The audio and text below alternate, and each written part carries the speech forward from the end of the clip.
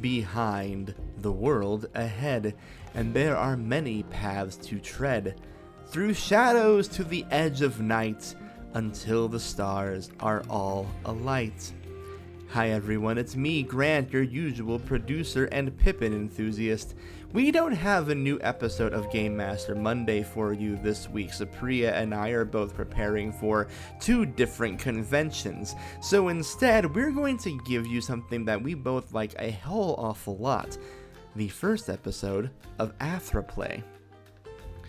AthraPlay is an actual play podcast using the One Ring system and takes place in the world of Middle-earth from Lord of the Rings. It's a beautiful podcast that has incredible soundscaping, breathtaking performances, and a lore that I find not only honors the works of J.R.R. Tolkien, but helps fill in the gaps left behind by time in the world of Lord of the Rings.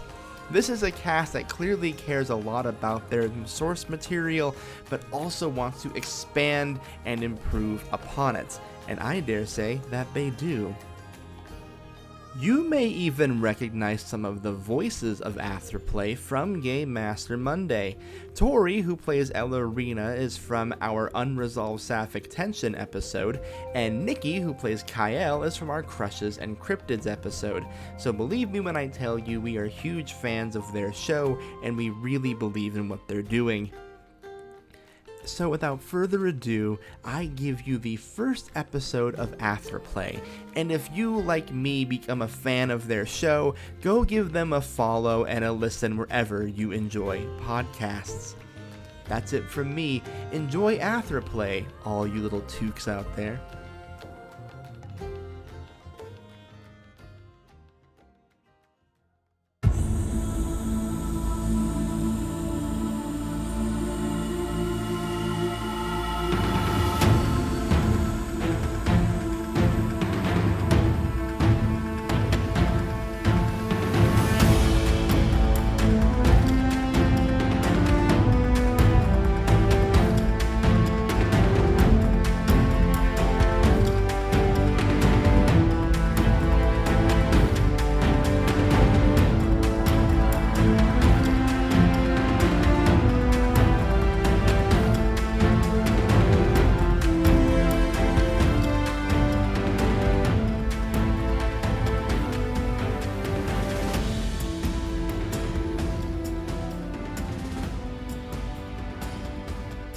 Well met, friends, and welcome to AthraPlay, a tabletop RPG actual play podcast exploring the lesser-trod paths of Tolkien's legendarium through roleplay.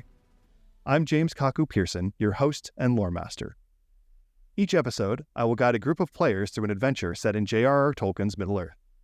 As the lore master, I set the scene, narrate the action, and play any non-player characters or NPCs. To help provide rules and boundaries, we'll be using the One Ring 2nd Edition RPG system by Francesco Nepitello, published by Free League Publishing. This game takes place in the years between the finding of the One Ring in The Hobbit and the War of the Ring in Sauron's fall, as described in The Lord of the Rings. This is a time of relative peace. The dwarves have reclaimed their halls under the Lonely Mountain. The fall of Goblin Town has scattered the bands of roving orcs, and the necromancer has been driven from his fortress in Mirkwood. However, the shadow is growing. Travelers from the east carry tales of danger and strife. Suspicion grows. Rumors whisper of the return of the Dark Lord to his strongholds in Mordor. Things stir in the dark places of the world. It is in this Middle-earth, standing on the edge of a knife, that we will tell a story of a fellowship of heroes, striving against the shadow. Creating this story together with me, and playing our main characters, are our amazing cast.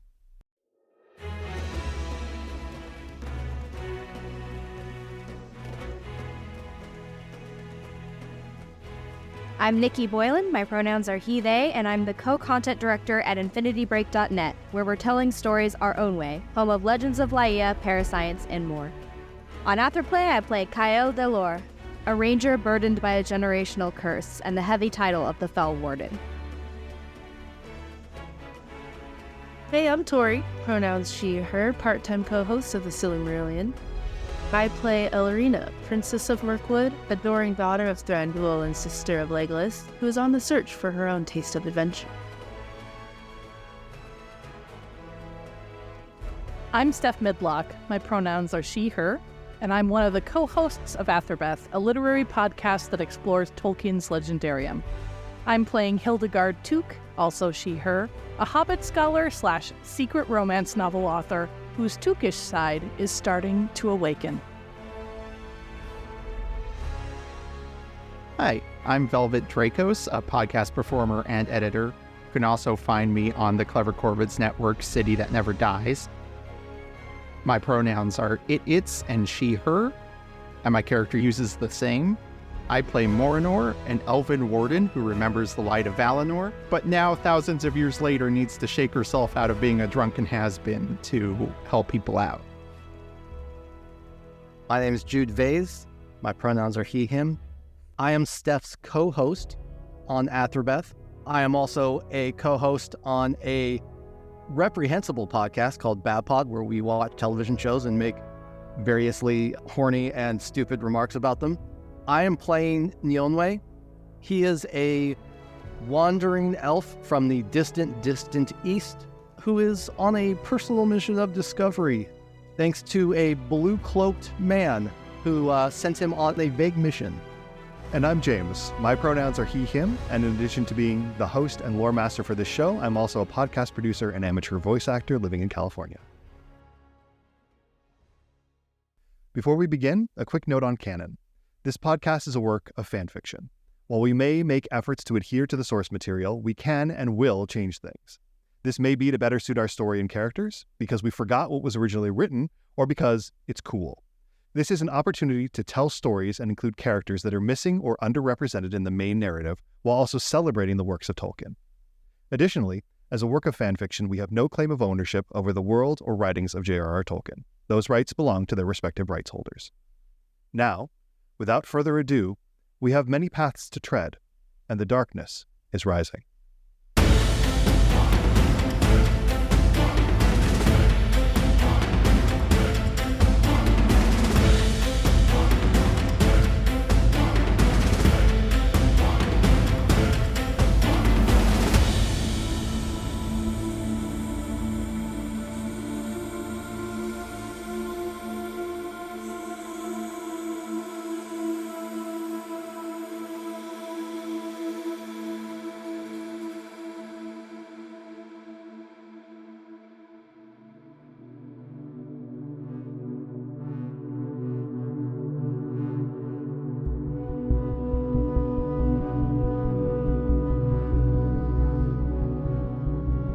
We open in darkness.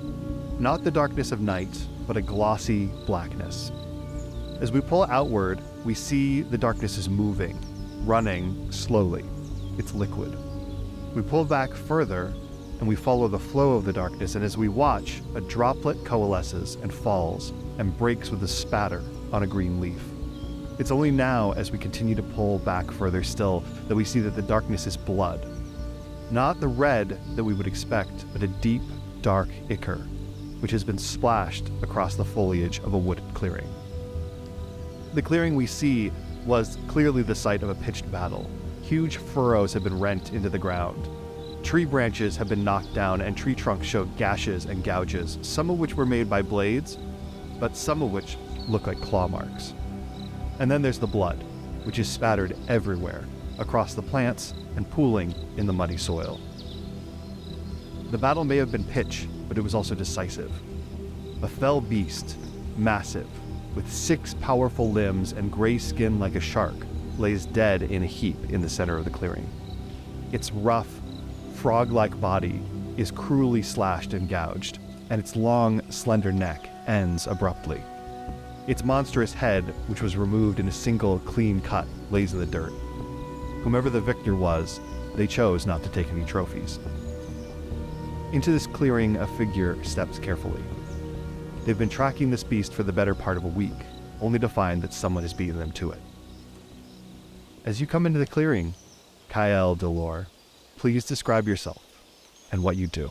I am a tall ranger, tan skin, long, dark black hair, braided kind of to the side with a single kind of greenish blue feather tied in at the end of the braid.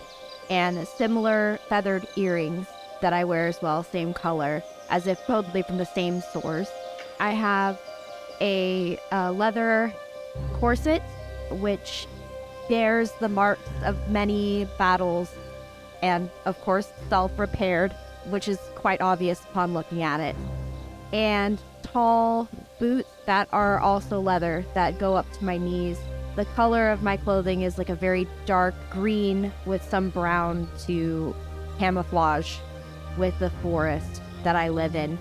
On my back is a beautifully made bow with a sling of arrows at my hip, and on the other hip, a sword that is ebony black with a jewel at the center of the hilt that almost looks like an eye, the aura around of which is quite eerie should anyone grow too close to it. And I am a ranger. I fight evil things. And the evil thing that you had been intent on fighting lays dead in this clearing ahead of you. You'd been following its tracks. The north has been filled with strange creatures, cast-offs from the last war, things created in the laboratories of Angmar that were set loose after the fall and have been growing and breeding in the woods of the north. This one happened to head further south into the areas where you patrol and the areas where the rangers dwell. And so you picked up its trail and you'd been following it. And now, as you come into this clearing, you see that it's been killed by somebody, clearly, but not by you. I guess the first thing I do when walking into the clearing is checking to see how recent this killing was. If I might be able to tell if anything is nearby or watching me or that stayed around to look at their kill. Yeah, that's a great question. The blood, like you reach out and you touch some of the blood on one of the leaves and it's tacky and drying. This kill is hours old, not days old. If you want, why don't we go ahead and just get the rolling in this game started early. Give me, first roll of the game, a scan roll to look around for somebody watching or somebody, like the signs of some other person. Okay, and remind me how this goes again. So, on your character sheet, you'll see that you have 3 attributes: strength, heart, and wits. And underneath each attribute, you'll have a number of skills. So, essentially, the way that this game works is you will take a feat die, which is the D12, and then a number of success die, which are the D6s, equal to the number of ranks you have in the skill. Okay. So you'll always roll 1 D12 and then any number of D6s equal to your rank in the skill. If it is a favorite skill, if the little checkbox next to the skill is filled in, you'll roll 2 D12s and take the higher. And what you're trying to do is you're trying to beat your target number for the attribute. So in this case, you're trying to beat your wits target number. Okay. I don't beat it. It's a 14, and I should have gotten a 17. So you look around, like you scan the clearing, trying to see if there's any sort of sign of who did this, anybody watching, anything that could tell you more about what happened here. The fight was pitch. It was clearly somebody with a bladed weapon. You can't tell if it was a sword or an axe or something like that. And you can see there are a few sort of boot prints left in the mud. But the scene was so disturbed by this battle that whatever sort of signs there may have been have sort of been lost and just sort of been trampled and churned up in the mud. And so you look around, but you don't see, there's nobody clearly watching you, and clearly no sign of whoever did this. In that case, I'm going to go and try to examine the fell beast. Okay. I want to see if there's anything I can get off of it, either more information or like about how it died just by looking at it more directly or examining it more directly in comparison to maybe what I can do or what I've seen prior. Yeah. Okay. You get close to this creature and the first thing that hits you is the smell. It smells awful. The thing hasn't been dead for that long, but it smells like it's been rotting for ages. But you tough it out. You're a strong ranger. You tough it out. You get closer to this thing and you begin to examine it. The wounds that this thing took in this fight were brutal. Whoever this thing was fighting, they were like, this is a very large, monstrous creature that seems very powerful. Like there are trees that have been knocked down. Like this battle was a knockdown, drag out fight. And whoever was fighting this thing whoever this sword wielder was, did an amazing amount of damage to this creature. Like, the brutality of this fight.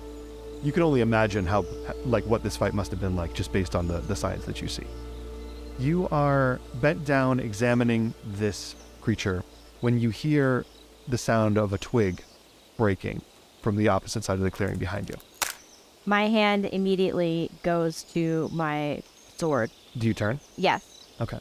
Your hand goes to the sword, you spin around, and stepping into the clearing, you see a figure. She's tall, strongly built.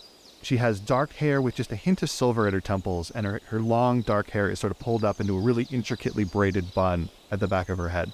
She's wearing ranger clothing, sort of similar to yours, but you can tell, you recognize her, but even if you hadn't recognized her, you'd be able to tell from the clothing that she's wearing that she's maybe from the upper crust, whatever upper crust there is, of the rangers.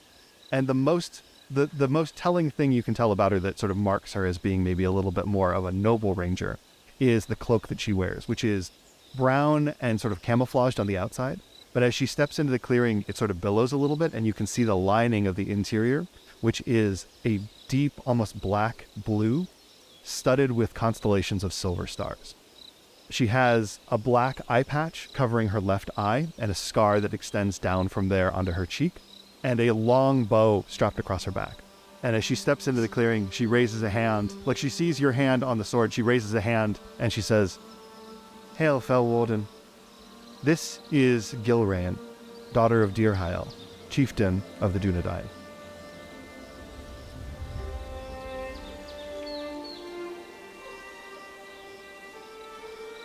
Did you do this?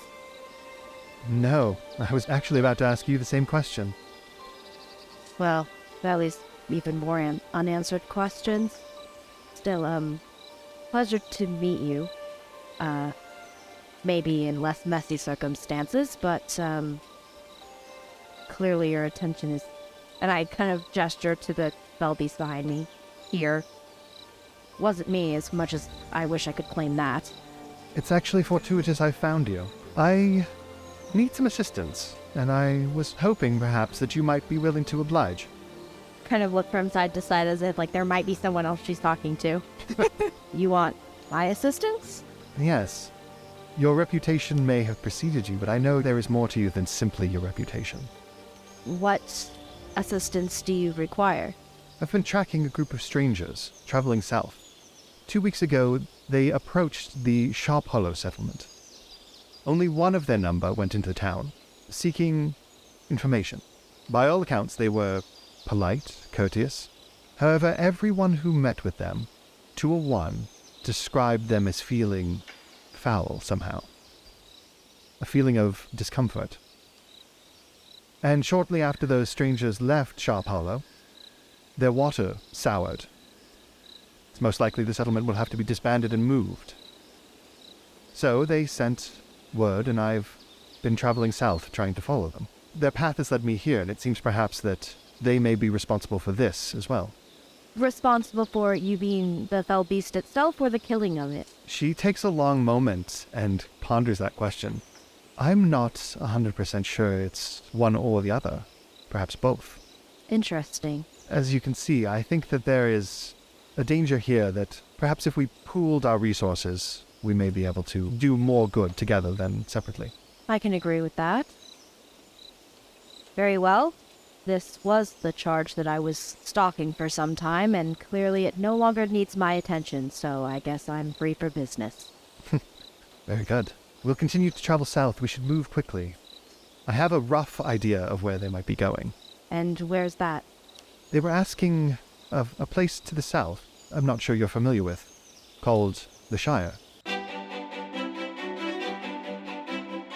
And with that, the camera pulls backwards from the two rangers. Flying up, pulling back, we see the expanse of the north, the woods and moors, and the desolation of the Northlands. And the camera moves southward, and we see the moorland begin to give way to green fields and pastures and orchards and rich farmland.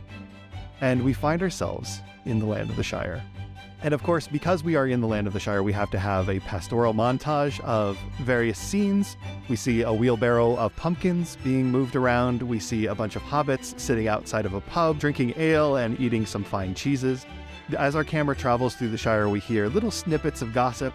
The hobbits are still as they sit outside the pub gossiping and talking, telling tales, they still are talking about the time that one hobbit from Hobbiton left in the company of those dwarves and came back weird. Even though that was like 20 years ago, they're still going on about it. And we travel through the Shire and finally find ourselves in what passes in the Shire for the big city of Mickledelving. This is, of course, the quote-unquote capital of the Shire, where the town hall is, and as we pass through the square, we see the fountain with 2 streams of water coming out of it, which was a big deal in the center of the square. And on the far end of the square, we see a building that for the hobbits is quite grand. It's 4 stories tall, 4 hobbit stories tall, so 2 regular people stories tall. A very large building sort of standing on its own, with a big round door. And the camera drops down. We pass through the open round door into a room filled with taxidermied animals, the crowning one being a obviously juvenile bear, but which has been stuffed and is standing in a big bear pose.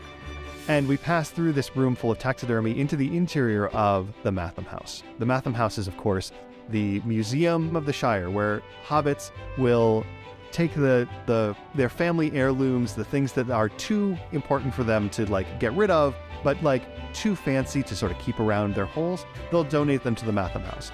And the interior of the Matham House we see is chock-a-block with hobbit trinkets and treasures. There are bookcases lining the 4 walls. There is a gallery that runs halfway up, and on this gallery there are sort of a balcony that looks down to the lower floor, and we see just dozens of we see rows of glass cases, and the things inside these cases are sort of organized by type. So there's one case that's full of butter making equipment, and there's one case that's full of musical instruments, and so there's a bunch of penny whistles and stuff like that. And so we see all of these glass cases filled with all of the treasures of the Shire, such as they are.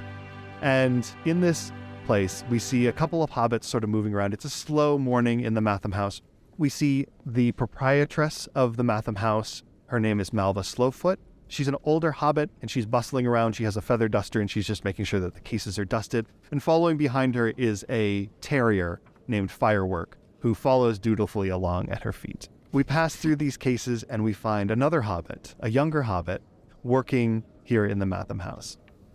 Hildegard, why don't you describe yourself and tell us what you are up to? Hello, my name is Hildegard Took. I am of adult age, I would say, but on the youngish side, of course, about 40. Let's see, Hildegard is dressed in very fine clothes, a long skirt, as well as a nice vest. And let's see, some lovely strawberry blonde hair, quite long, but worn in various braids.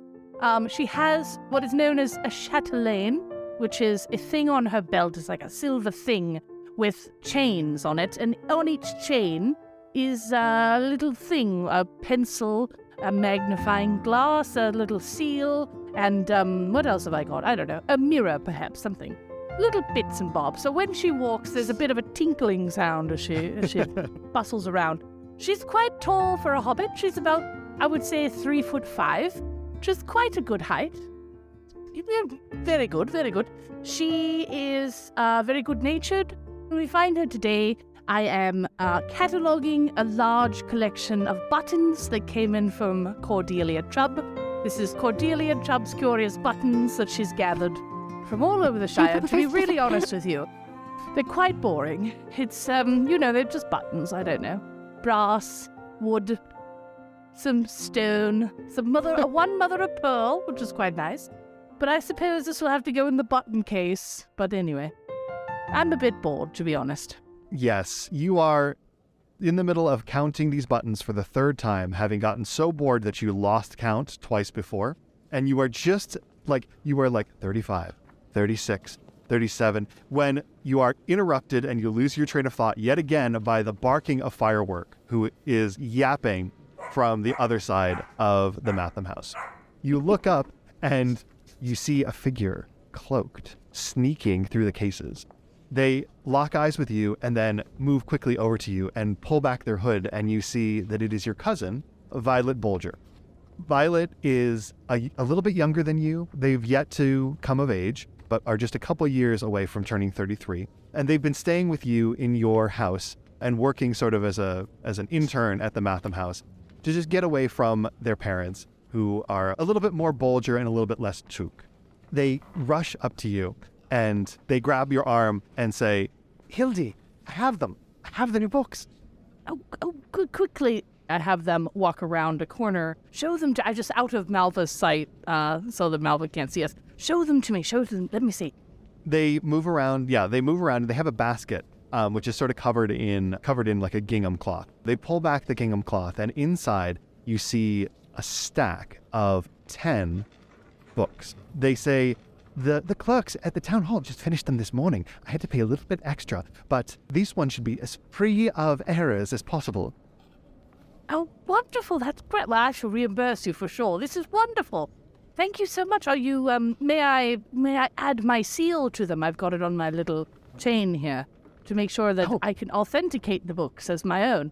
Of course. And they begin to pull the books out. Will you tell us what these books are?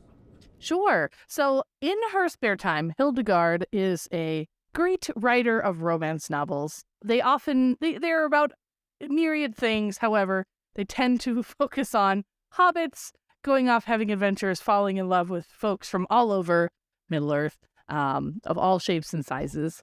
And this one is the newest installment in a long-running series called Passion in the Greenwood, which focuses on a hobbit and an elf princess.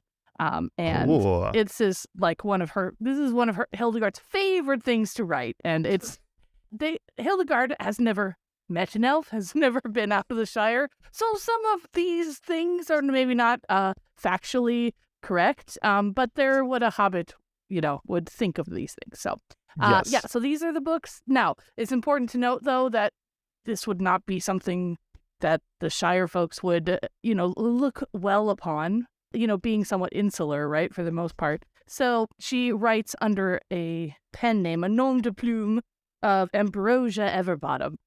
So this is like, let's say the fourth installment of this Passion in the Greenwood by Ambrosia Everbottom. Yeah. All right. So you are stamping these, you stamp the title page of each of these books with your stamp. You have, I assume, like a fancy kind of like Ambrosia Everbottom stamp.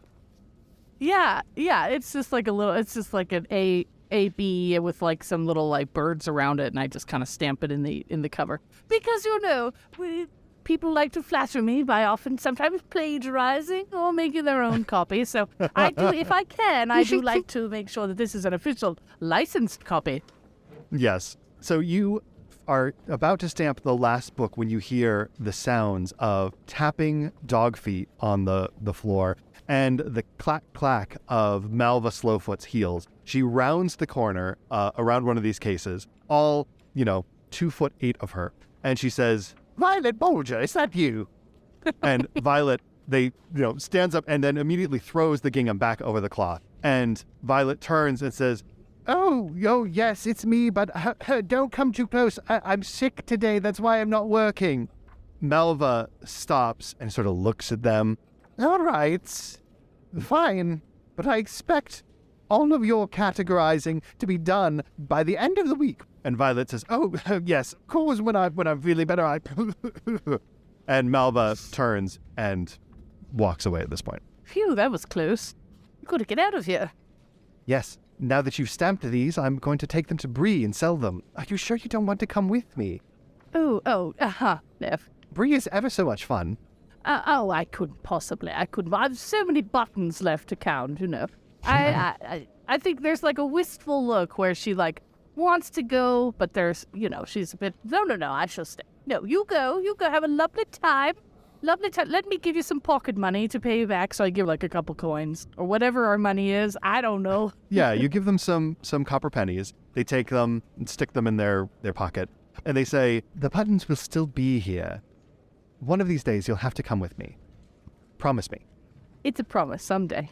They reach out and give your shoulder a squeeze, and then tucking the books underneath their arm, they turn and begin to leave the Matham house. And so we get this shot of you watching your cousin heading out into the wide world until they disappear from sight, and then you turn back to your buttons. And the camera pulls back from the Matham house, and again, we fly up, now high above the Shire, and we see the road that leads from Mickle Delving through the middle of the Shire, through Bywater and Hobbiton, and then on to the west into Buckleberry, and then through the woods, and finally to Bree. But the camera continues past Bree on the road and begins to drop down. And we see, as the camera begins to drop down, we see the line of the Misty Mountains in the distance, and a little glimmer that we know, having seen the map from high, we see the little glimmer that are the roofs of Rivendell far in the distance, and the long road that stretches from Rivendell back towards Bree and the Shire.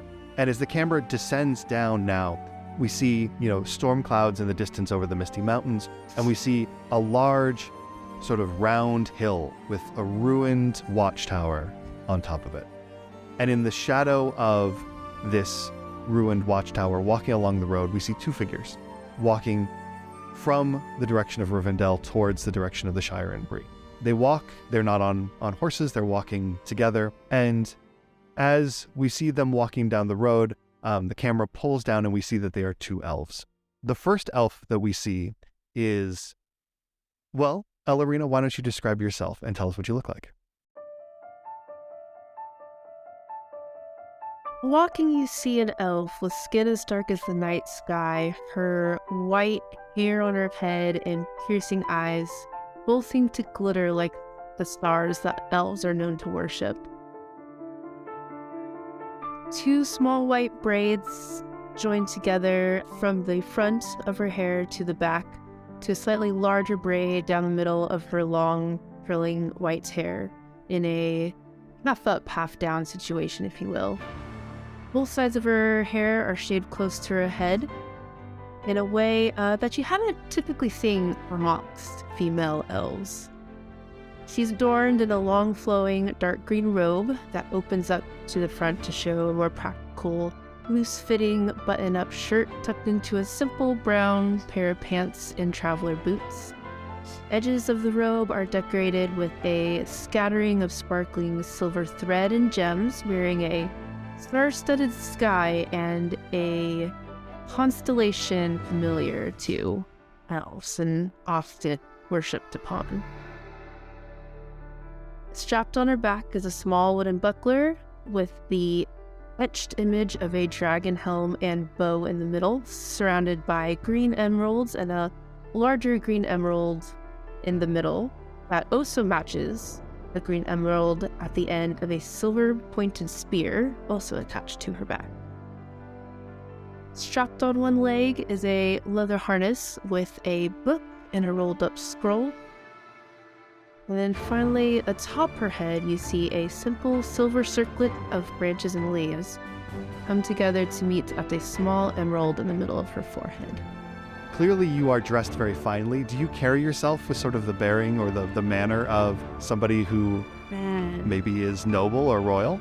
Yes, she does walk a little proud with her head kind of held high, but there's a little bit of mischievousness and kind of a flirty smile. And walking along besides Ellerina, we see another elf who's dressed probably very differently. Nyeonwei, please describe yourself. Nyeonwei is dressed for the road. Everything he wears is dusty and worn except for the long indigo blue cloak that he wears on his shoulders. He's tanned in a way that a lot of elves aren't.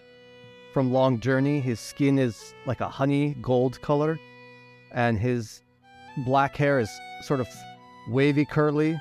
He's got kind of a party in the front, or business in the front, party in the back thing going on, because he's been cutting his hair with a pocket with his dagger for the last year or so. So it's kind of long down to his shoulders in the back, but a little shorter in the front.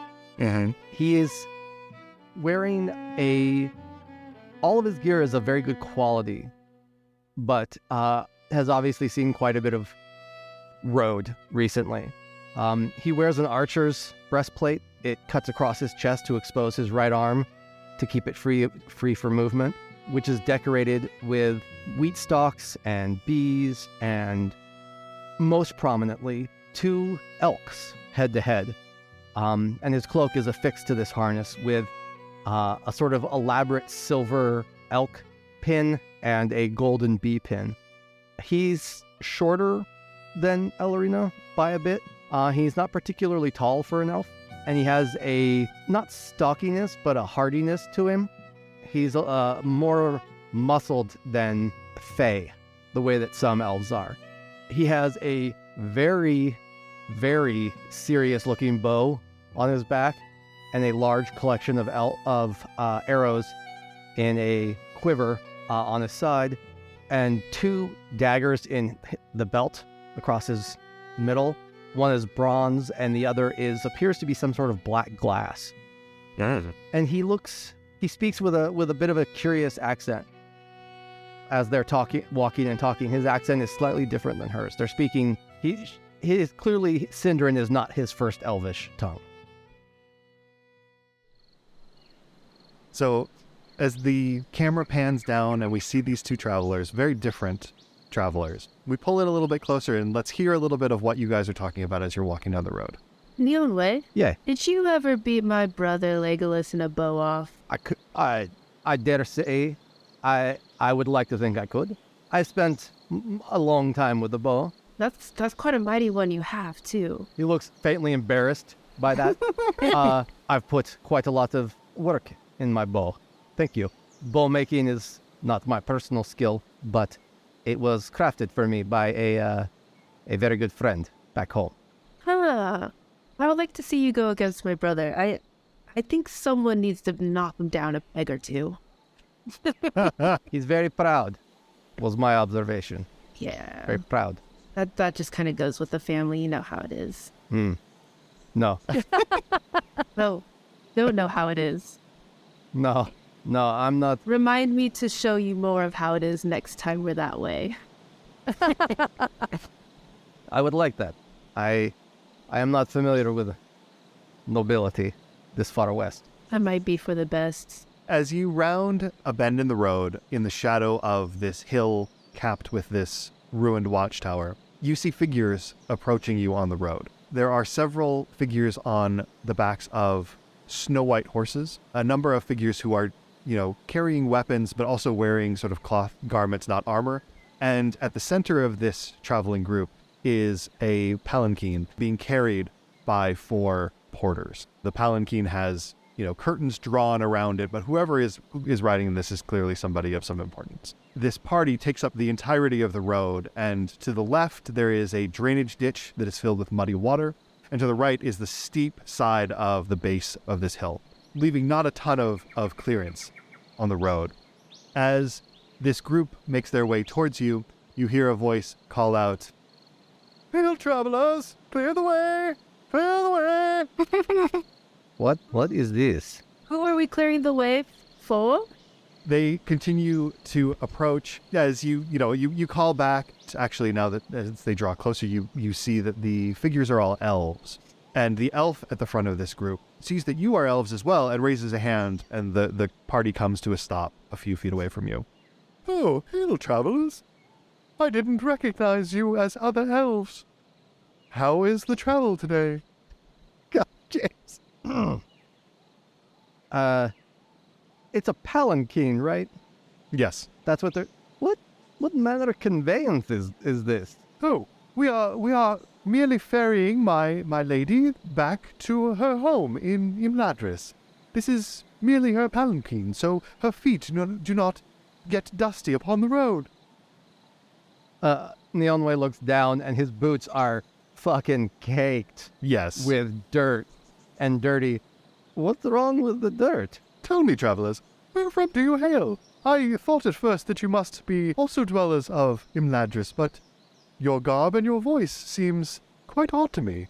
I lean over to Ellerina. Which one's Imladris? Valerina shrugs. Well, Also, they're one to talk about accents. What is this voice going on? I'm sorry. By way of introduction, my name is Neon Rui. I am a traveler, an elf of the Faranos in the Far East. I have no idea what Imladris is. When you say this, his expression, which had been sort of curious and like not unpleasant, but just a little curious, his expression sours, and he literally lifts his chin so that he can look down his nose at you. From the east, you say? Oh. Well, I haven't seen one of your type in... Well, I don't think I ever have. Imladris is the last homely house, the great home of Lord Elrond, Rivendell. Do you say his smirk he looks kind of down upon Neon Way? Oh yeah, big time. Okay. Ellerina kind of wants to butts in and says, I'm Ellerina of Mirkwood. Why don't you have a little more respect for my buddy here? Oh, my apologies, my lady. I did not recognize one of the Sylvan Realm. And the way he says Sylvan Realm tells you that he thinks that the Sylvan Realm is less than Rivendell. My apologies. Ellerina's going to roll her eyes a little bit. Have we been to Rivendell yet? I'm sorry, I lost track of all these places. It's been a busy... We've been walking for... It's been a hot minute of walking. Hot minute, I think is right, of walking. So I don't really remember the last couple of places we've stopped. Was that the one with the caves or the one with the trees? Did we stop in Rivendell? I don't remember.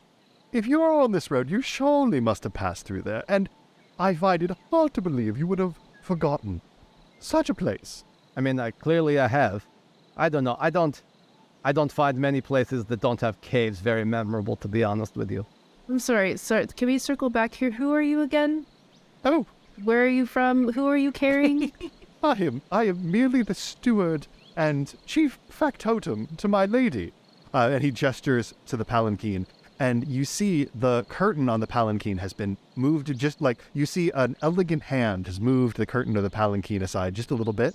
And you see just a little bit of face and an eye looking down at you. You know, the curtain kind of moves a little bit more and you see the profile of a very beautiful elf woman dressed in fine robes, her hair very finely done. And she kind of looks down at you and you maybe, like, you can only see part of her face, but you're pretty sure she winked at you. I'm going to gesture to Neon Way very quietly. Oh, she's kind of hot, though.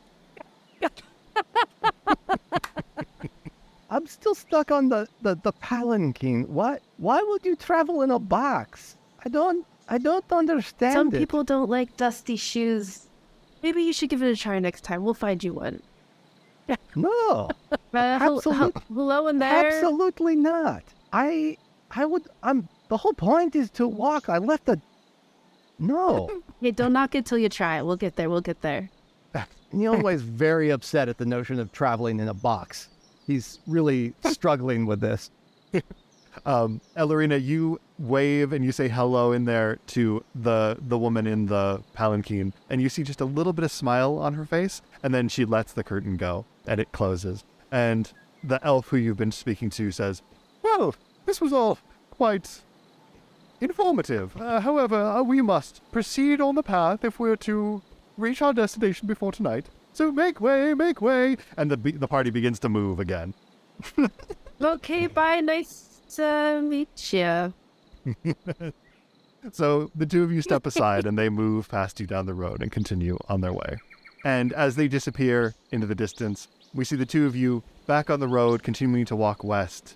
The smoke of Bree beginning to appear on the horizon, with Neon Way continuing to just be baffled by someone would prefer to ride in a box rather than walk on the ground. And the camera pulls back from the two of you as you continue on your journey. We zoom back to the west, this time stopping in Bree and descend into the streets of the city.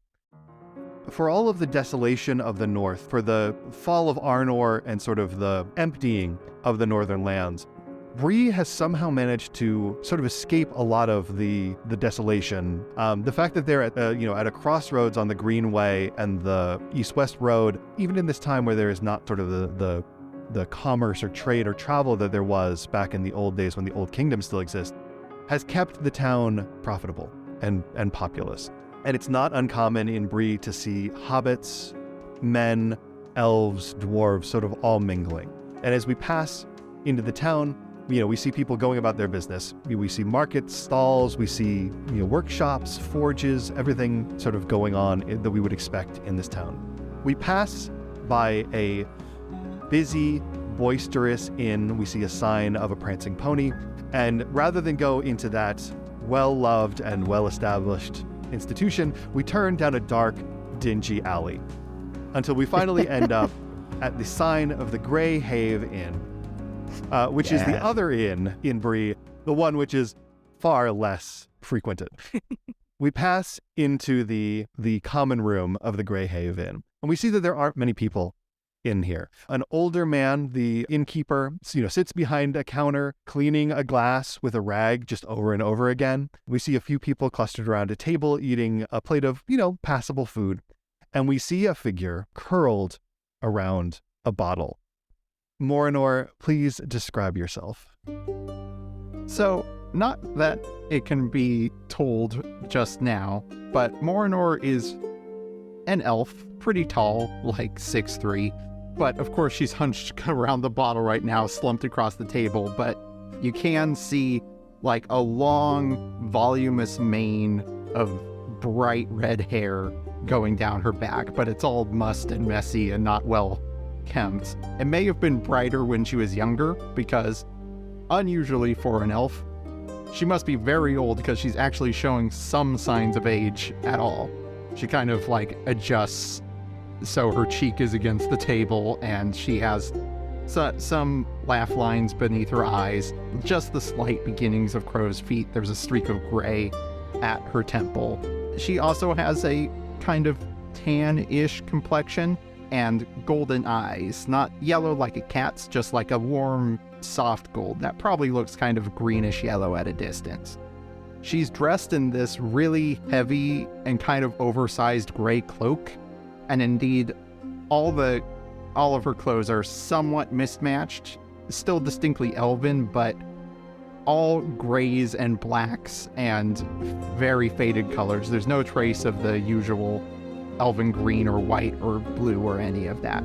Although it seems less a fashion statement and more that just she's dressed down and doesn't care. Yeah, I think off to the wall, there's like a long kite shield that almost looks like it wraps more around the arm, and a very long, very thin elven blade. But those are off to the side, and she's just slumped off the table, kind of like a half-drunk smile on her face with the bottle. And it kind of gives the impression of like a big pile of ash with a fire in it that's about to go out. Oh, that's amazing. I love that. So, Morinor, you are curled around this bottle, a little half smile on your face, and then the bottle topples over, and we hear sort of the clatter of an empty bottle falling over, and you slump down to the table, passed out. And we zoom in on your face, pulling in real close, just, it's that thing where we zoom in your eyes, and then your eyes open, and we see the dream that you are having. You stand on a green field, beautiful, with lush trees filled with flowers behind you.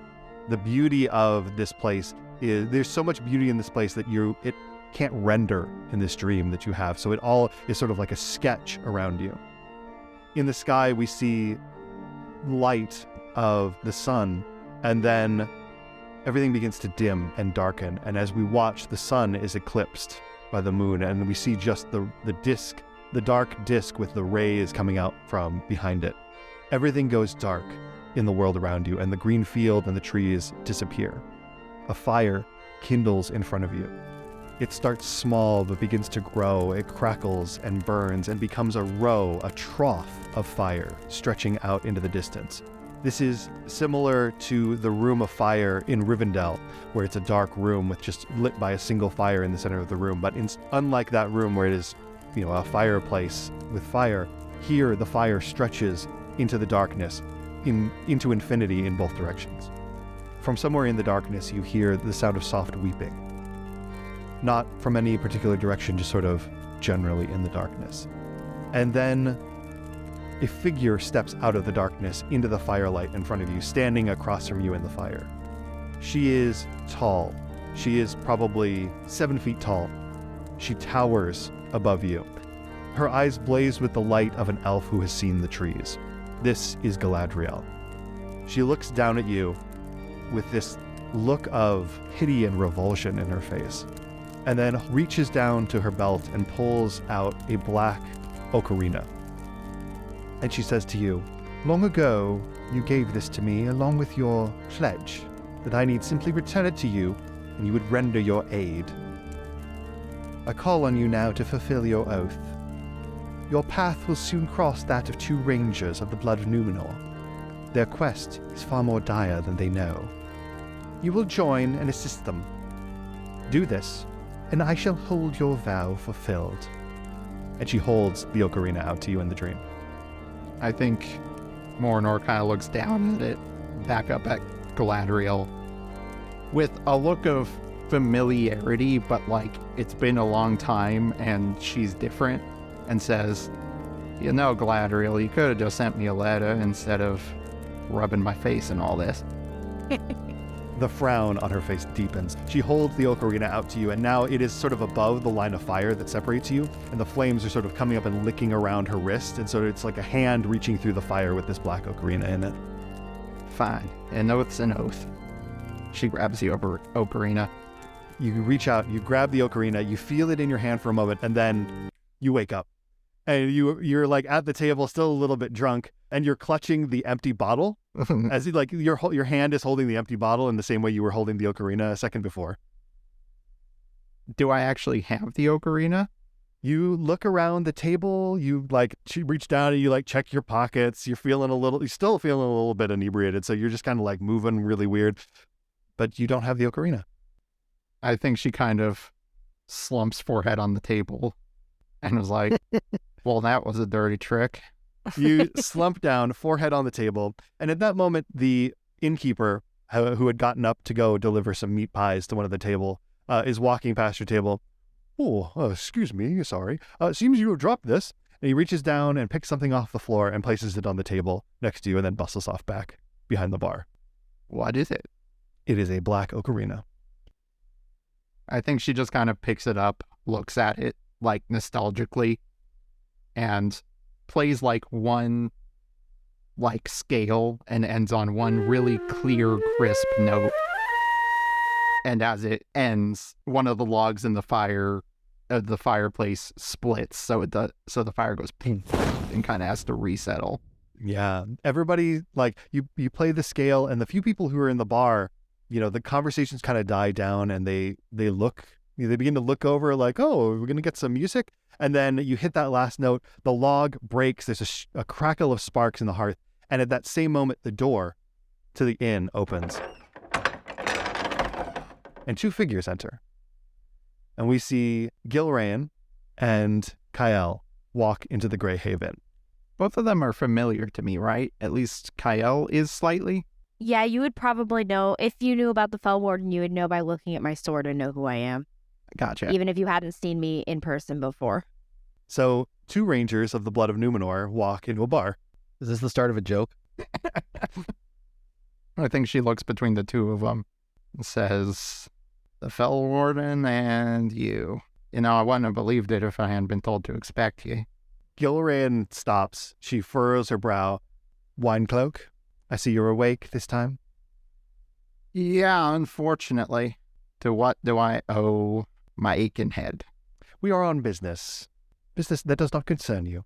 We are simply here to get some provisions before we continue on our way." "Actually, I think it does concern me." I think she stands up, stumbles a little bit. "We already know." She turns to Kale. "I'm Morinor or Winecloak, if you want to get silly about it. Nice to meet you." She offers a hand. There's kind of a moment of hesitation where Kyle is kind of like sizing her up a little, trying not to make judgments. Just like, yeah. And then just offers their hand to shake. "Hi, I'm Kyle. Pleasure to meet you, Kyle. Seems you already know me, though.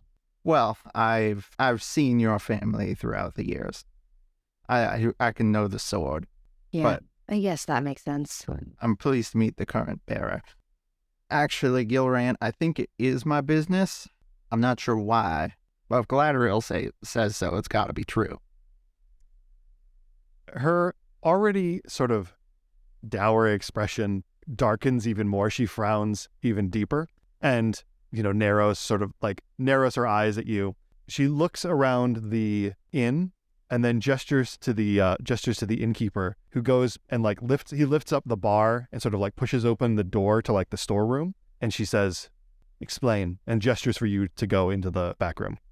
Oh, right. I'm not exactly being discreet. Sorry. Gilran looks at you and she just kind of rolls her one eye, and then gestures for the three of you to go into the back room. Yeah, she follows. Kyle just kind of shrugs. So we see the three of you go into the back room, and as the conversation begins and you begin to sort of explain your dream and all that, we begin to pull away from the three of you having this meeting back out into the streets of Bree.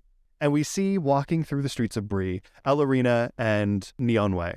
You've walked a long distance, you're muddy, you're tired, you're hungry, and you've heard from other folks on the road that the Prancing Pony does an amazing meat pie.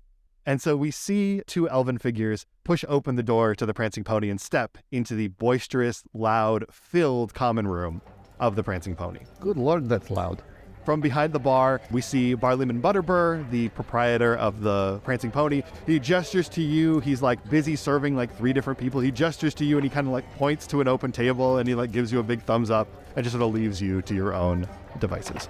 On the own way, we have to try some of the local food here. I've never seen a place like this. No, hold on. Back up. Oh, backing up. They're so small. Have I been struck in the head? What is going on here? Looking around, how does the height of the other people around here look compared to us? Ellerina, how tall are you? I would say around 6 foot. You could add Okay. or subtract based of how tall Neonway is. Yeah. I'm under 6 foot, which is pretty unusual for an elf. I'm 5'10", 5'11". Not a big deal. Yeah, so Fine. the men who are in this bar are sort of the same height as you. But I think what Neonway has locked onto is a table of hobbits who are busy playing what essentially amounts to Flip Cup, but with earthenware mugs, and not paying any attention to you at all. But Neonway, you are staring at these tiny little people playing this game. Lorena's gonna follow his eyesight. Do they let the children drink beer? Who? What? Are they children? I don't think children play games like that. What? But they're drunk. Can't be children then. I don't know. People do weird things. You would not believe some of the weird people I've met on this walk. Wait, Neonway, are those hobbits? What's a hobbit? Hey, I've only read about one in this book. Hey, it kind of matches up the description. But also the book was not very good at describing an elf, so it could be historical fiction. It looks like a hobbit. Is this the one you were reading and giggling the other night? Yes. Don't worry too much about it. Unless you want to read it, you can read it after me, but yes, that one. Neonway is trying really hard to not be awkward, but then finally it's just fuck it. And goes over and sweeps his cloak out behind him and just sits down at their table and says, "Hello, I am Neonway of the Faranos. I've never met a hobbit. You're very short. Are you children?" Neonway, I don't know if that's kosher. Oh man, I think we need a roll here. Can I get, please, a courtesy roll? Heart. So you would be a courtesy roll against your heart target number. I tell you, That's it. Oh, just 1d12? Okay. 1d12. Well, remember, you always have the ability to land a Gandalf rune, which is an automatic success. So there's a 1 in 12 chance this might work. Yeah. Oh dear. Nope. Oh no.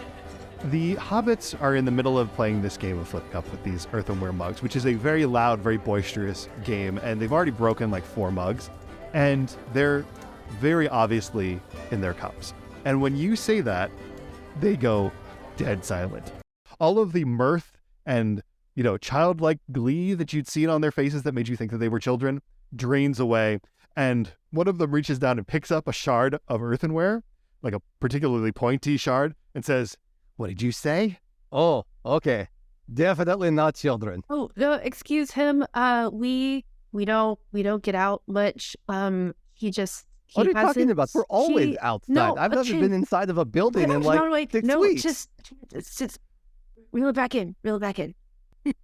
I'm so confused. The hobbit with the shard of pottery begins to like move stuff on the table aside. You think they're going to come over the table at you when another hobbit that you now recognize as a hobbit, wearing a very smart waistcoat and trousers and little glasses, comes up behind them and puts a hand on their shoulder, and they say, "Now, I see here several fans of the Passion Under the Greenwood series, and I have for you the latest copy of the most recently published version." And they reach into a basket underneath a gingham cloth and place it on the table. The hobbit who had the shard looks down at it and looks over at the other hobbits and, "Oh, no, I don't read that garbage." And then takes the book and slips it into their coat and then sits back down. This hobbit looks up at you, Ellerina, and over at you, Nionwe, and says, "I think that I might have heard that there is an open table over there. This one is far too crowded. Would you please come join me and perhaps I can buy you something to drink?" Lorena's jaw has dropped. Where? How did you? That copy? It's not in stores. Are you familiar with Passion Under the Greenwood? Yes, that's. I mean, most of my knowledge of hobbits come from that book, but you are a hobbit, right? And the hobbit in the book, how did you get that book? Well, I'm Violet Bulger at your service, and I happen to be, they kind of look around the room, I happen to be a close personal friend of the author, and the sole licensed distributor of official copies. Nionwe, we have to sit down with them. I need to know more. Okay. Well, just one thing. What is Passion of the Greenway? Oh, do I have something for you? And we see you go sit down at the table and begin to talk very effusively with Violet. Time passes, you have some food, you have something to drink, and Violet sells most of the copies. Ellerina, they give you the last copy from under the basket. And towards the end of the meal, they say, I think she might be a little bit mad at me, but I think that Ambrosia Everbottom would just absolutely hate me if I didn't take this opportunity. Would you like to come meet her? Yes. Nionwe and I both say yes. I'm not sure if she's met an elf, and I just think this would be a great business opportunity for us both. What's happening? I feel like I missed something. It's okay, here. we're What's going. going It's on? down. We've got it. Okay. As long as we're heading basically west, I'm not east. Just in a westerly direction. I'm fine. And so the camera again pulls back out and we see 2 groups traveling west towards the Shire. We see Kyle, Morinor, and Gilran moving off the road, keeping far away from travelers and people who may notice them. Having, gone into the back room and discussed at length, even though Gilran was reluctant, she eventually acquiesced to Morinor joining the party to go in and find these strangers who'd been heading south. And on the road, we see Nionwe, Ellerina, and Violet just having the best time, chatting, being friends, and walking down the road into the Shire. We cut to nighttime. It is dark. The lights in most of the houses in Mickle Delving are out, except for one light in the window of a house. The camera pulls in, and we see the interior of Hildegard's house. Hildegard, can you describe what your hobbit house looks like? Is it a hole or is it a house? I think it's she calls it like a cottage, but I think it's just like kind of like a row house, if hobbits have such a thing as like a row house. So I think it's very beautifully wood paneled. She has taken to painting the walls with like little vignettes of flowers and pastoral scenes and stuff. So it's quite colorful inside. It's got like with the wood and then a little bit like colorful paint. And it's like full of books and all kinds of writing utensils. It's kind of a little bit of a mess. She has sat down to the modest supper that she made for herself. The table is completely full of food, of all of the things, including a giant thing of like a pile of scones and cream and jam and all the things. And because she's had a long day of counting buttons, so I think she's been baking. It smells really nice. It's warm. It's very cozy. There's lots of like velvet cushions and things. It's super nice in there. It's nice. So you are just tucking into your supper, and you're thinking about, okay, well, it's been a few days since Violet went to Bree. You're just beginning to get a little bit worried because you don't like it when they're gone for this long, and you hear a noise from outside your house. There has been some raccoon-like animals. I don't think we have raccoons here, but they're raccoon-type animals in my dustbins. Badgers? Yeah, there you are. Thank you. Voice from inside my head. Badgers. There must be those badgers again. I'm going to put on my woolly robe because I'm already in my sort of night outfit. I'm wearing a long silver necklace with a piece of like colorful kind of rainbowy glass. I stuff it inside my robe, cinch the robe tight, and I grab my fireplace poker, which is long and iron and quite pointy with a little hook on it. I'm not gonna hit a badger. I'm just gonna scare it. Okay? Yeah. So I bust out of the front door and I'm like, "You badgers, get out of here!" And I give it like a wang-a-dang on the stones, like.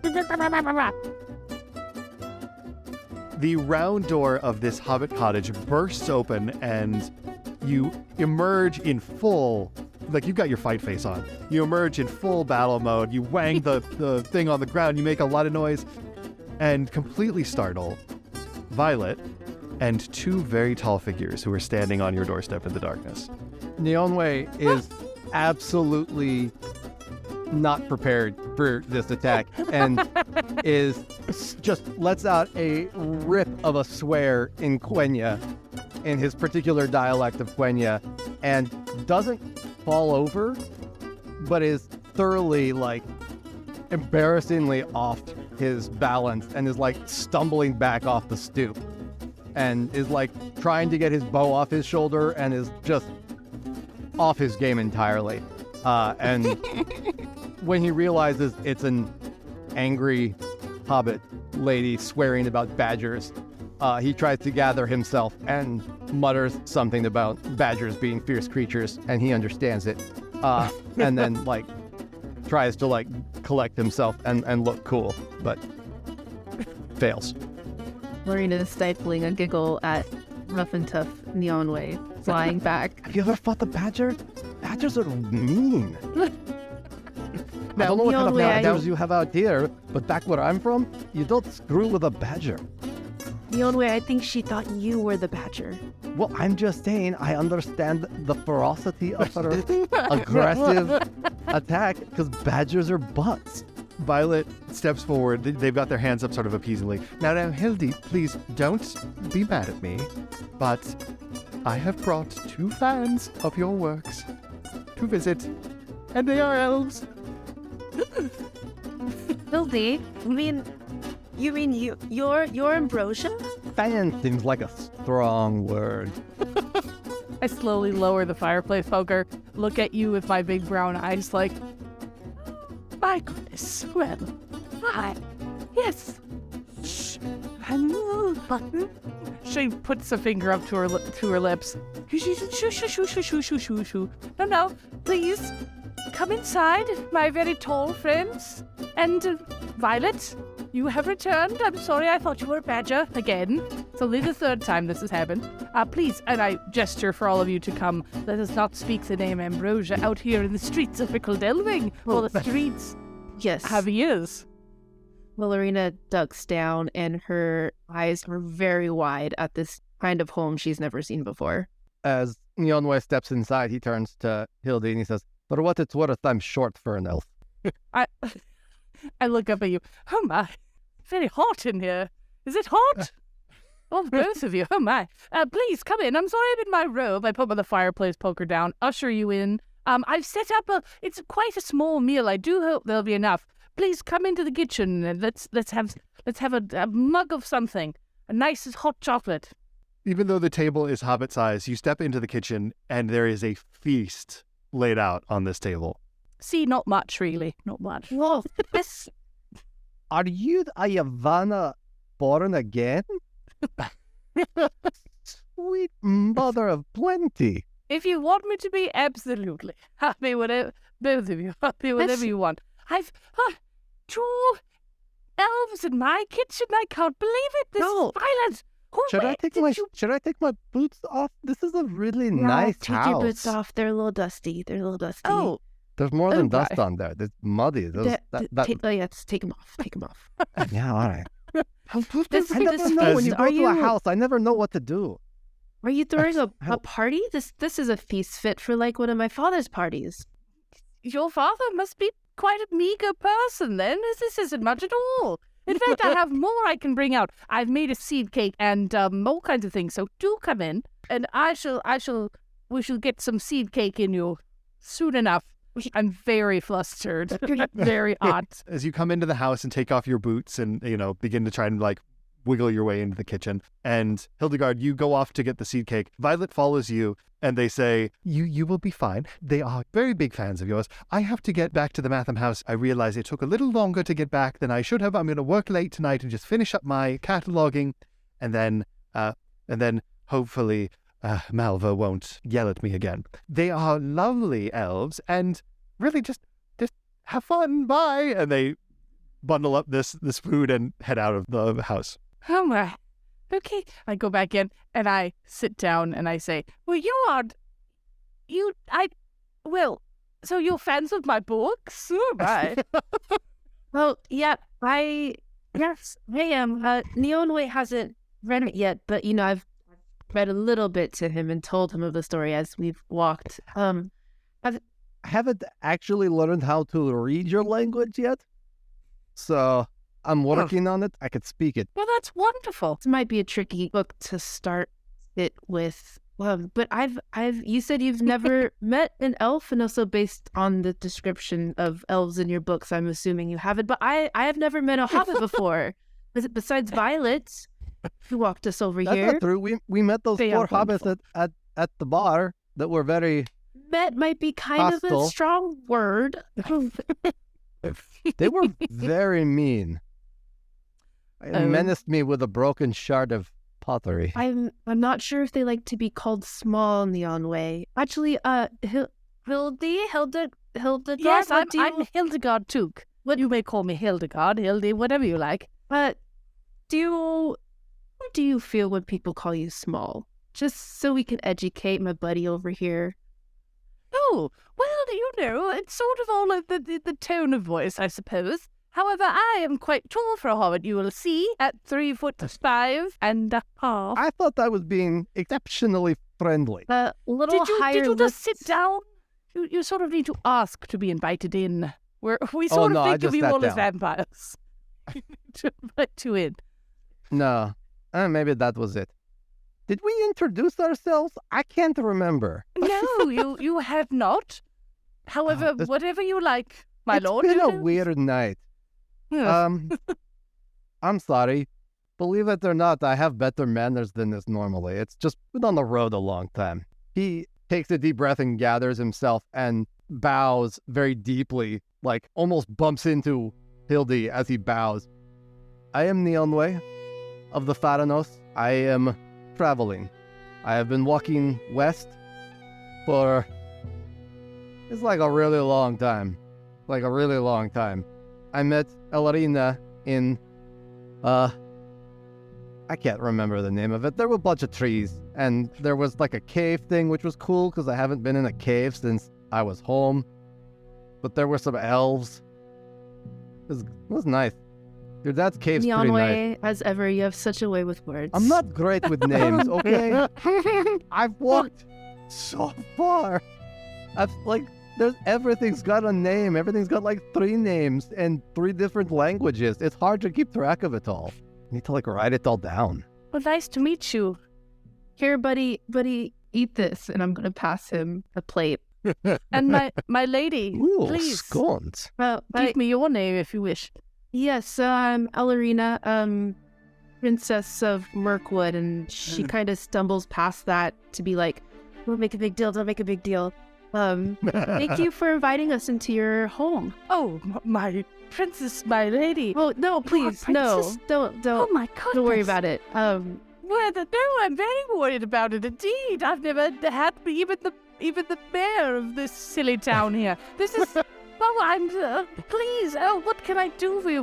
Get you a cushion or something? Fine, just... I think we would really like to hear about puppets, because I've never really left the forests of Mirkwood, so this is very exciting, let alone the author of my favorite books.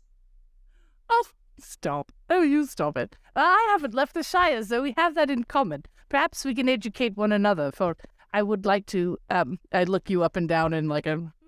I would like to familiarize myself with elves, now that I have 2 such beautiful elves in my kitchen. I'm sorry. It's very hot. Ellerina stares very intently at the scone in front of her. Neonway misses all that subtext and it's just like, I don't know, I'm filthy. I don't know what beautiful. I mean, smell like the back end of a horse right now. Neonway. I feel like on that face palm, on Ellerina's face palm is the perfect time. We pull out through one of the windows. We leave the cozy hobbit home and all of its awkwardness behind, and we are out in the darkness of the night in Mickledelving. On a hill overlooking the town, we see 3 figures emerge from the bushes, basically. Kyle, Gilrayan, and Morinor. You followed the tracks and clues that you could find, and they've led you here. These strangers from the north, their trail has led here. You look down into the town, it's quiet. You can hear the burbling of the fountain in the town square, and there are a few buildings with lights on inside, but it's mostly dark. Could I please get from both of you an awareness roll? An awareness or a scan roll up. The difference being awareness is passive and scan is active. I'm doing awareness. Me too. Yep. I hit it on the dot. Okay. Bad, forget it. Okay. So the 3 of you come to rest at the top of this hill. You're taking a moment. It was a lot of travel, and it's even after dark, it's been hard to sort of follow the trails. Periodically, you've had to do things like try and get assistance from animals and things like that to try and get sort of whatever information you can about these strangers. And so you stop at the top of a hill. Gilrayan reaches down to her belt and she pulls out a canteen. And Kyle, she hands the canteen to you and you're drinking some water. Morinor, you're sort of standing there, just sort of gazing down at the village, wishing that canteen was full of wine instead of water, when you see movement in the square. At first, it's 1 figure, and then 2, then 3, 4, 5, 6 figures slipping from shadow to shadow.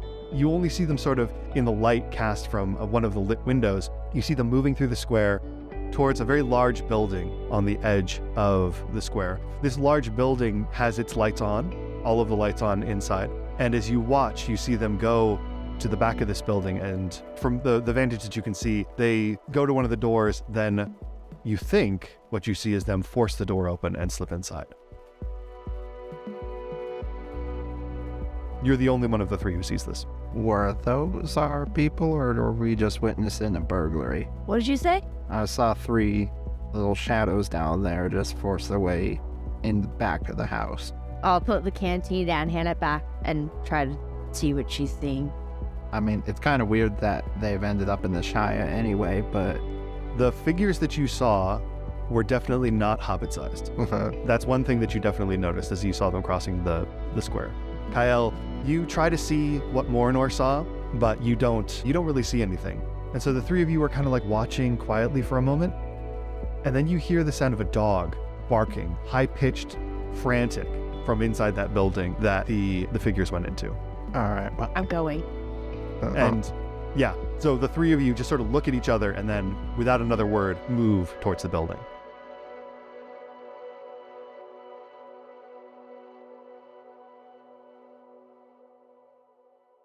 It's late after Hildegard's feast and a lot of conversation and getting to know each other. Eventually, you all turned in for the night. You're just falling asleep when you're awoken by the sound of a dog barking frantically. Hildegard, you recognize this immediately. This is the barking of Firework, Malva's dog, who sleeps in the Matham house. It's sort of a guard dog. Firework is all bark, but the bark is at least a good alarm. And Firework knows Violet well enough that Firework wouldn't be barking at Violet. So even if Violet is in the Matham house, the fact that Firework is barking this frantically means somebody else is in there. And it's just weird. It's really kind of not usual, especially this late at night. Yeah, I checked just to make sure that they have not come home. They're not here. Yeah, right? Violet is not here. Okay. Oh my goodness. Are we all three still in the same room? Yeah. I feel like you come out of the bedroom and the Ellerina and Neonway, you haven't like gotten to sleep yet. So you hear Hildegard sort of like moving out of the room and like the barking of this dog and like everything sort of feels like your elf senses are tingling. Neonway's awake anyway. You find him standing outside, barefoot, looking up at the stars, and when the barking starts, he draws his eyes down, says, "The dog's supposed to be barking?" No, I'm actually quite worried about my cousin Violet. They're still over there. I'm going to go have a look, and would you please come with me? He grabs his quiver and bow off of your coat rack and starts to jog down towards the Matham house. Lorena will follow. My lady, thank you. I will grab also my fireplace poker on the way out, in case it's a badger. Okay, so the three of you head out the front door and across the square to the front door of the Matham house. Gilrayan, Kyle, and Morinor, I feel like, would you have gone to the back door or the front door? Whatever way that Morinor said that she saw them go in. Okay. So as we see this hobbit and two elves running towards the front door, we see the three rangers sneak up and enter through the obviously forced open back door. You get to the door, the frame is broken, somebody has broken this door open, and you slip inside. And so we see sort of a split screen of these two groups entering the Matham house at the same time. Everybody, please give me an awareness roll as you enter the Matham house. Rolling. Hey, Dave. I failed this one. Okay. I failed as well. 9, 10, 11, Okay. 12, 13, 14, 15. I succeed. I fail as well. All right. Failed, yeah. Everything's so small. My There are many wonders to perceive in here, so perhaps Yes. you're taken back by our wonderful taxidermy. I can't gauge distances when everything looks so small. So Ellerina, Neonway, and Hildegard. Hildegard, you come up to the front door, you pull your key from and unlock the front door and open it up. And as the front door opens, Firework streaks out past you, still barking, and just runs off scared into the night. Okay, we'll find him later. It's okay. We need to find Violet first. He'll be okay. And so the three of you pass through the room of taxidermy into the main room of the Matham house. At the same time, Kyle, Morinor, and Gilrayan, you push the back door slightly open and slip inside. Kyle, you were the only one who passed the awareness check. As you enter the Matham house, you all sort of take in what you're looking at, and it's a very, very odd place. It's filled with glass cases, filled with trinkets and bits and bobs. Hanging above, suspended from the rafters, there is a cart and a canoe sort of at the level of the gallery, the second level gallery.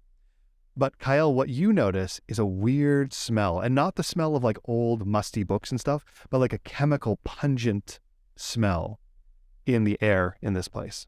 Similar at all to the Fell Beast? No, that was decay. This is chemical. It smells like pine and tar. Have I smelled it before? Or is this something completely newly revulsive? It's not even that it's revolting. It's more that it's just very pungent. You have smelled it before, but you can't quite put your finger on it. It's not something that's sort of normal in Ranger Society, but there was a little sort of a hint of it in the inn. when you were there in the inn, especially in that back room, there was a little hint of this smell. But here it's very pungent and very strong.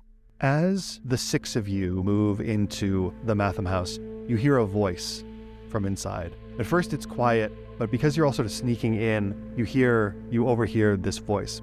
Quiet. We are looking for a very particular book. Bound in blue leather, slim volume. If you know where it is, it would be in your best interests to help us. Otherwise, this may be unpleasant for you. You hear Violet saying, I promise you, I don't know anything about it. You can look all around. I mean, there are the books upstairs and down here. You can look, take your time, please. It's really no problem. I would be happy to help. I think Morinor kind of looks between Kyle and Gilrayan like, anyone you know? Gilrayan shakes her head no. I think she wants to try and take a peek around the corner. You peek around the corner, out from behind one of these cases, and you see a few figures. Standing sort of in almost the dead center of the floor, you see a tall, ruggedly handsome man. He has like a mustache and a beard, black, almost like very, very dark brown, almost black hair and light brown skin. And he's wearing very simple clothing, but it's all black. He's not wearing any armor, but he's just wearing sort of a black shirt, black pants, black boots. And on his left index finger, you see he has a ring of black metal. And you can see this because he is holding Violet off of the ground, basically by the scruff of their neck. And the ring of black metal is sort of glinting on this hand that is clutching Violet's shoulder. You don't know that this is Violet, but they're holding this hobbit off of the ground. Standing at his side is a shorter, strongly built woman with dirty blonde hair and piercing blue eyes, who is looking back and forth around the room. And as you watch, she reaches over and she just pushes one of these glass cases, and it falls and shatters on the floor. And like buttons go scattering everywhere. No, not Hildegard's hard work. Now you're going to have to count all those buttons again. Hildegard, Ellerina, Nyonwe, because you're coming in the other direction, you don't see these 2 figures. You hear the sound of shattering glass, you hear the voices, but what you do see are 2 figures moving along the gallery from bookcase to bookcase, quickly scanning and pulling books off the shelves as they move from bookcase to bookcase. You actually see there are 2 other figures doing the same along the walls on the floor. You can see them sort of, like looking through the glass case, you see sort of the wibbly outline of 2 figures doing the same thing on the ground floor as well. What do we do? Go back outside. Violet. We have to get Violet. Nyonwe draws an arrow and starts to mutter to himself, and is clearly speaking his own language, and says, "This is no place for you. You're not a fighter." I can't leave my family. And then draws back on his bow, and in a big way, and he is looking for the other hobbit. He's not concerned about the 2 that are looking for the books. Have we seen Violet yet? We could just hear Violet. Yeah, the 3 of you have only heard, but you haven't seen Violet yet. Okay. Ellerina would like to try and sneak towards Violet's voice. Okay. So, the 3 of you begin to move towards the sound of the voices. Kyle, Morinor, what are you doing? I think Morinor kind of like looks with her eyes at Kyle and like tries to indicate, let's circle around behind these 2. Kyle will just nod, like, I get what you're putting down. You begin to sneak in as well. So we see the 2 groups beginning to sort of sneak towards these figures. The silence is broken again by a voice from up in the gallery saying, "It's not here. I don't see it. It's not here." And then another voice, "Yeah, not over here either." And then a third voice, "Nothing on this side." And basically the 4 figures who'd been moving from bookcase to bookcase calling out that they haven't found anything. You hear that first voice again say, "Keep looking. If it's anywhere, this is where it'll be." What do you do? As soon as I can see them, I'm running forward, like very loudly at them, going, Violet! I just lost all my cool. Can it happen that Morinor and Kyle were just about ready to like draw their weapons on these 2, and then all of a sudden this little hobbit runs in screaming. Yes. So much for the element of surprise. Ellerina is going detective mode and is going to try and get Violet to safety while everything else action happens. So Kyle, Morinor, you have circled around. You're at the, basically on either side, hiding behind these cases, about to spring out and charge pincer movement at these two figures in the center of the room. Nyeonwei, you have your bow knocked. You are also about to pop out from behind cover and let a shot fly when, Hildegard, you see Violet being held aloft by this man, and your Took side takes over. And Hildegard screams and goes charging towards these figures. What do you all do? I would fire at the man's hand. Okay. Running to try and grab Violet. I think Morinor is straight up startled and is like, or man with balls, what's happening? And I think she knocks against a bookcase or something. Hand still on her You say sword. man with balls? Yes. So good. Oh no. I'm not startled. I'm just going right in there with my sword. Okay. Kyle, you keep your wits about you. Ellerina, you follow Hildegard to try and get to Violet. And Nyeonwei, you loose the arrow. And a few things happen at the same time. The woman who was in the middle of she has this bored look on her face. She was in the middle of pushing over another case. Her eyes go wide and get this kind of crazy look in her face. And she gets this huge smile as the screaming starts.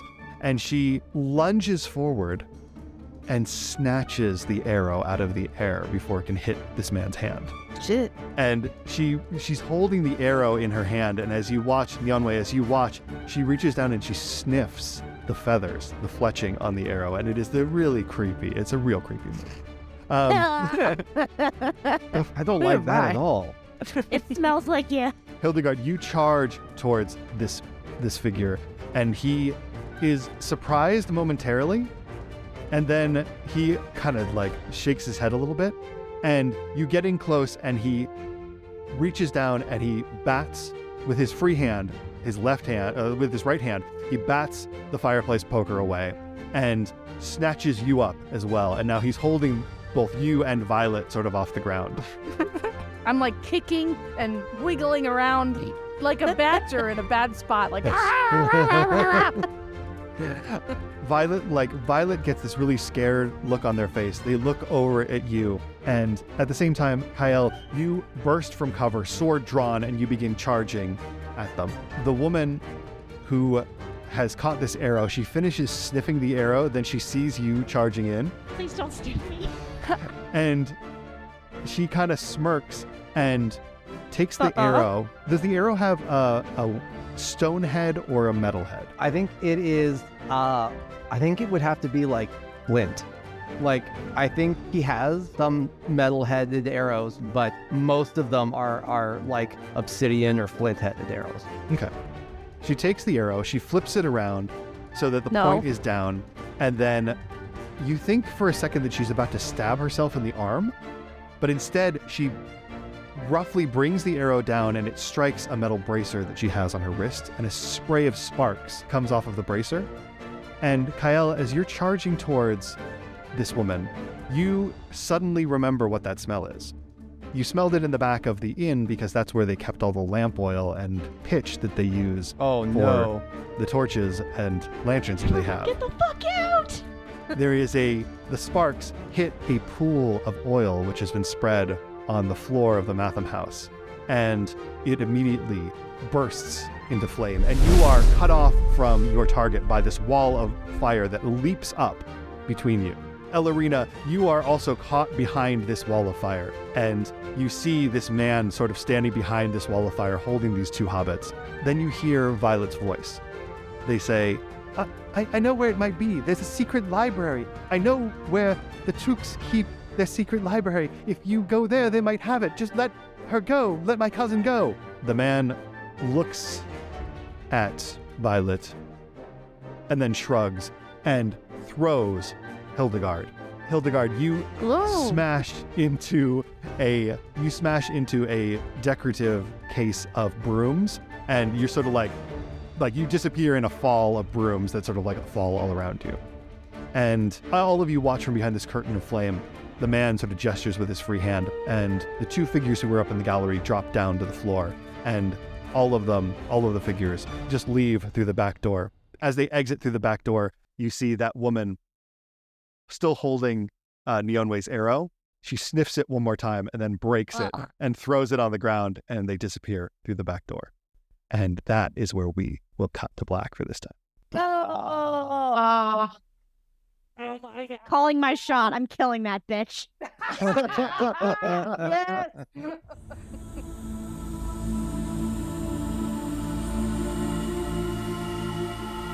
Home is behind, the world ahead, but sadly this episode is over. This episode of AthraPlay featured the talents of Nikki Boylan as Kyle Delore, Velvet Dracos as Morinor, Tori Owens as Ellerina, Steph Midlock as Hildegard Toop, Jude Vase as Neonway, and James Kaku Pearson as the Lore Master. This episode was edited with sound design and additional production by James Kaku Pearson. Follow the show on social media at AthraPlay_cast. AthraPlay's theme song is A Hero Rises, composed and performed for the show by Sunglasses Kid, who can be found at sunglasseskid.co.uk.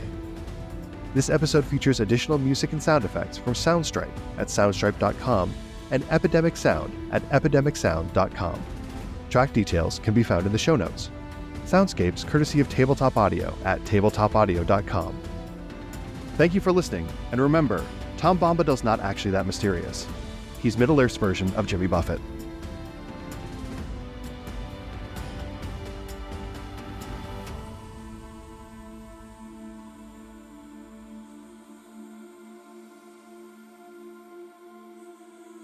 AthraPlay is a production of the AthraBeth Podcast Network.